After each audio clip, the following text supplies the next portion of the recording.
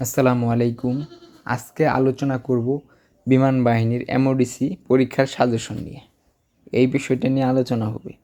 আসলে প্রথমত প্রশ্ন হচ্ছে বিমান বাহিনীর এমওডিসি পরীক্ষা কত মার্কে হয় এটা।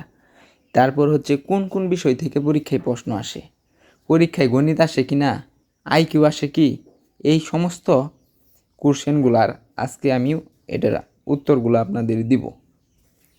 যারা আমার চ্যানেলে নতুন অবশ্যই আমার চ্যানেলটিকে সাবস্ক্রাইব করে দেবেন এবং পাশে থাকা বেল আইকনটি ক্লিক করে রাখবেন, যাতে করে কোনো নতুন ভিডিও আপলোড দেওয়ার সাথে সাথে আপনাদের কাছে চলে যায়। আসলে বিমান বাহিনীর এমওডিসি পরীক্ষা হবে মূলত 50 মার্কে। এটা আসে ইংরেজি এবং বাংলা। গণিত আসবে কি না, গণিত আসে না। আইকিউ আসবে কি না, আইকিউ আসে না। সাধারণ জ্ঞান এগুলা আসলে আসে না। এগুলো সবসময় এই পরীক্ষাগুলো এগুলো আসে আপনার বিমান সেনা পরীক্ষায়, যেটা ওই যে এয়ারম্যান যে নিয়োগ দেওয়া হয় ওটাতে, কিন্তু এটাতে কোনো এগুলা কোশ্চেন হয় না। তাও প্রশ্ন থাকতে পারে বাংলায় কত মার্ক এবং ইংরেজিতে কত মার্ক। বাংলাতে থাকবে আপনার 25 মার্ক এবং ইংরেজিতেও থাকবে 25 মার্ক। বাংলায় কি কি আসে, এই যে আমি এইগুলো নিচে একটু লিখে দিছি, দেখতে পারেন যে বাংলায় যা যা আছে: সন্ধি বিচ্ছেদ, বাগধারা, বিপরীত শব্দ, সমাস, বিভিন্ন কবির ডাকনাম বা জন্মসাল অথবা পৈতৃক নিবাস, বা আসলে সচরাচর এই কোশ্চেনগুলো হয় আমরা যে নবম দশম শ্রেণীর ব্যাকরণ বইটা পড়ি, সেখান থেকে আপনি পাবেন 70 থেকে 80%, সেখান থেকেই পেয়ে যাবেন। আর 10 থেকে 20% পাবেন যে প্রথম পত্র যে বইটা আমরা পড়ি, যে বিভিন্ন কবির বা কবিতার যে ওইগুলা থেকেই। এইভাবে আপনি যদি পড়েন অবশ্যই 25টার মধ্যে 25টা আপনার উত্তর করা সম্ভব। এরপর দেখেন ইংরেজিতে কি আসে। ইংরেজিতে আসে সেনোনিম, অ্যান্টোনিম, অর্থাৎ যে আমরা যে পড়ি সাধারণত যে মানে সমার্থক শব্দ বা বিপরীত শব্দ, এইগুলা সেনোনিম অ্যান্টোনিম পাবেনই, কমপক্ষে 2-3টা পাবেন। এরপর আসে ট্যাগ কোশ্চেন, এটাও কমপক্ষে 1টা বা 2টা পাওয়া যাইতে পারে।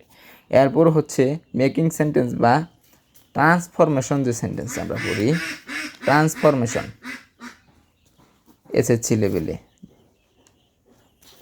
ফরমেশন অফ সেন্টেন্স, অর্থাৎ অ্যাসারেটিভ থেকে ইন্টারোগেটিভ, ইন্টারোগেটিভ থেকে অ্যাসারেটিভ বা এক্সক্লেমেটরি, এক্সক্লেমেটরি সেন্টেন্সটাই বেশিরভাগ আসে। অথবা যে আপনার ইম্পারেটিভ সেন্টেন্স, এই সেন্টেন্স ট্রান্সফরমেশন থেকে এগুলো আসে। তারপর আপনার আরেকটা আসতে পারে যে নেরেশন, তারপরে আসতে পারে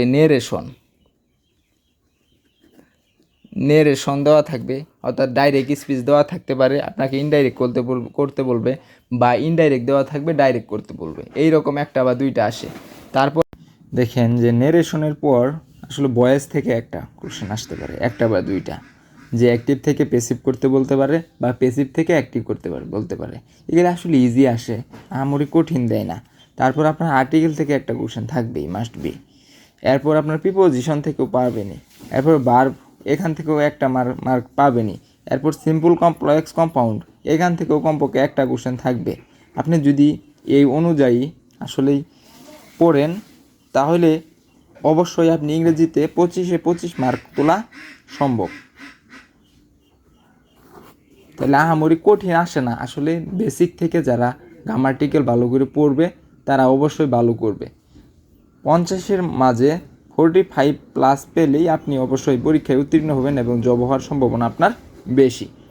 তাই ভিডিওটি আসলে যারা শেষ পর্যন্ত দেখছেন, অবশ্যই ভাই একটা লাইক, কমেন্ট এবং সাবস্ক্রাইব করে দিবেন, যাতে আমি আরেকটি নতুন ভিডিও বানাতে উৎসাহিত হই। সেই করে আমার চ্যানেলটিকে সাপোর্ট দিবেন, সাথে থাকবেন। ধন্যবাদ।